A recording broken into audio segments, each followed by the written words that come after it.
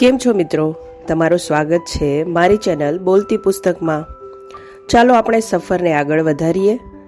પુસ્તક શબ્દોનું સૌંદર્યમાંથી પ્રકરણ બીજું, વાણીના ગુણો, જેનો પ્રથમ ગુણ છે મધુર બોલો. ભાગ 1. પરમાત્મા મહાવીર દેવના શિષ્ય શ્રી ધર્મદાસ ગણી મહારાજા ઉપદેશમાલા નામના ગ્રંથમાં વાણીના 8 ગુણો જણાવે છે. મધુર, નિપુણ, પરિમિત, અવસરે જ બોલવું, ગર્વરહિત, અતુચ્છ, મનમાં સંકલન કરીને અને ધર્મયુક્ત. શું બોલવું, કેવું બોલવું, કેટલું બોલવું, ક્યારે બોલવું, ક્યાં બોલવું, આ બધા પ્રશ્નોના જવાબ આ 8 ગુણોમાંથી મળી જાય છે.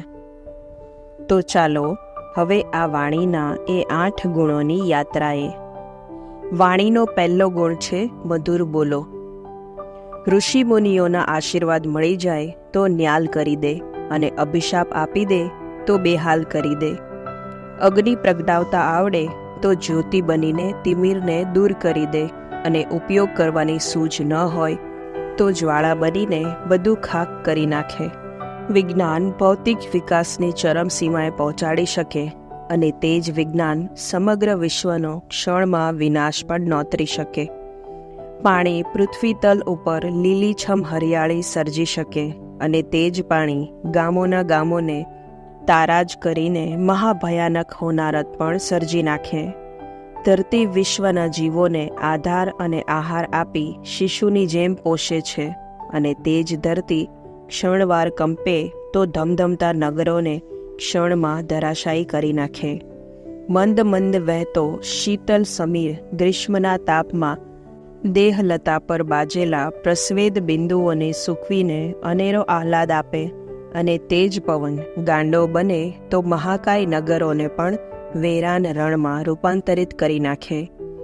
ગરીબની દુઆ કલ્યાણ કરી દે, અને તેનો ઊંડો નિસાસો ડાળો ઉઠાડી દે. માનવીને પ્રાપ્ત થયેલી અનન્ય વચન શક્તિ પણ આવી જ એક મહાજોખમી શક્તિ છે. કોકની વાણી મનોહર અલંકાર બને છે, તો કોકનું વચન ધગધગતો અંગાર બની મહાવિનાશ નોતરે છે. કોકનું વચન વારી બનીને બીજાના કશાય અને વ્યથાની આગને શમાવે છે, તો કોકનું વચન ચિનગારી બનીને કોઈના શાંત જીવનમાં પણ ભડકાઓ પેદા કરે છે.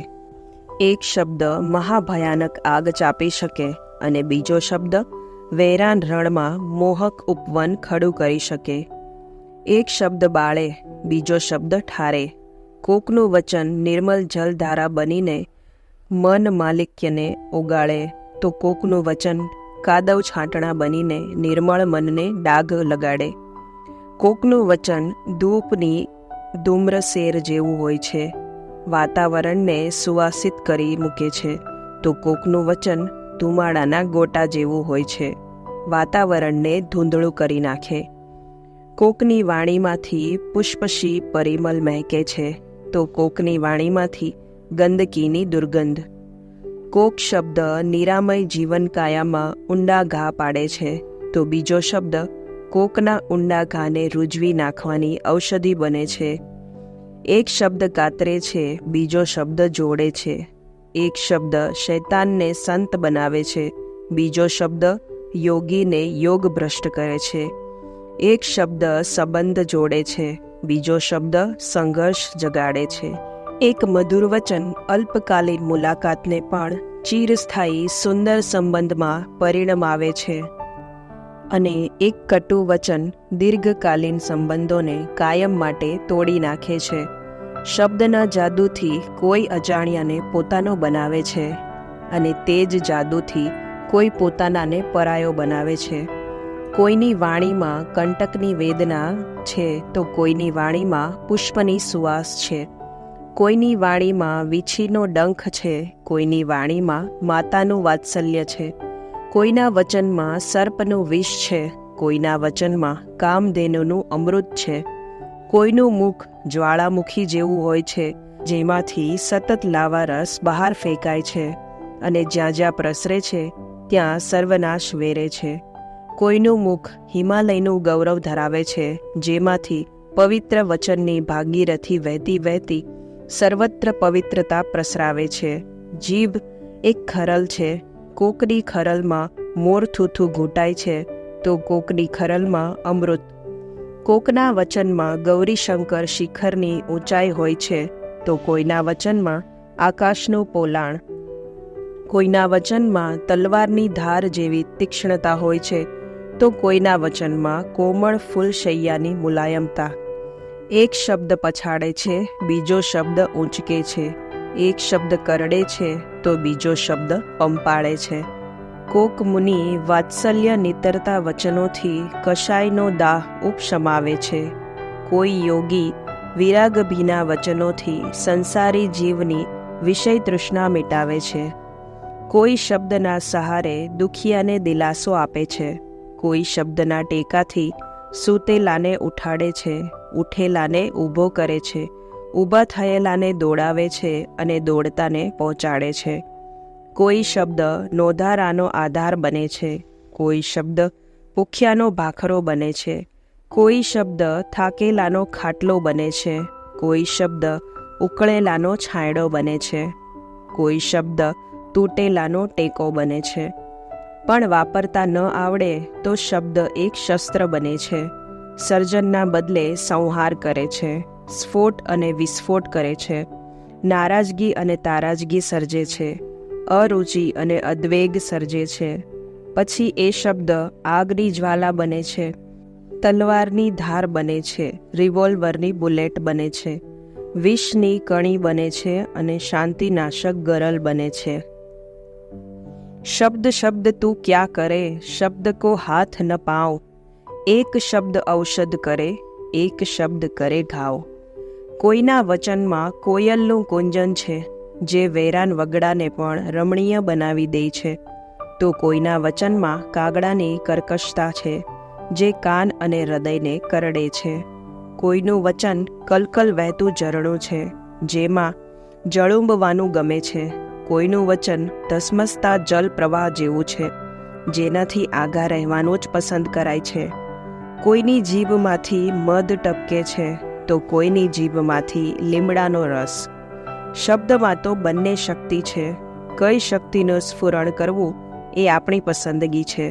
સ્વર પેટીમાંથી નીકળતો સ્વર તો એક સરખો છે, પણ જીભથી તેને કેવો વળાંક આપવો તે બોલનારની પસંદગી પર અવલંબે છે. બાકી શબ્દમાં તો અસીમ તાકાત છે.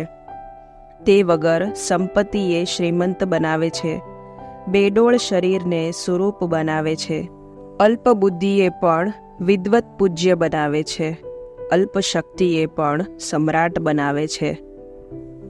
સારી રીતે જાણીને સારી રીતે વાપરેલો એક શબ્દ આલોક અને પરલોકમાં મનોવાંછિતની સિદ્ધિ કરી આપનારી કામધેનુ બની જાય છે. કોઈ સાપ ડંખે તો ઝેર ચડે, કોઈ સર્પ ફૂફાડાથી ઝેર ઓકે, પણ આ તો મહાવિસ્મય ભયાનક સર્પ ચંડ કૌશિકની વાત છે. તેની દ્રષ્ટિમાં પણ ઝેર હતું. તે આકાશ તરફ દ્રષ્ટિ કરે તો આકાશમાં ઉડતા પક્ષીઓ પણ પડથું થઈને હેઠા પડતા.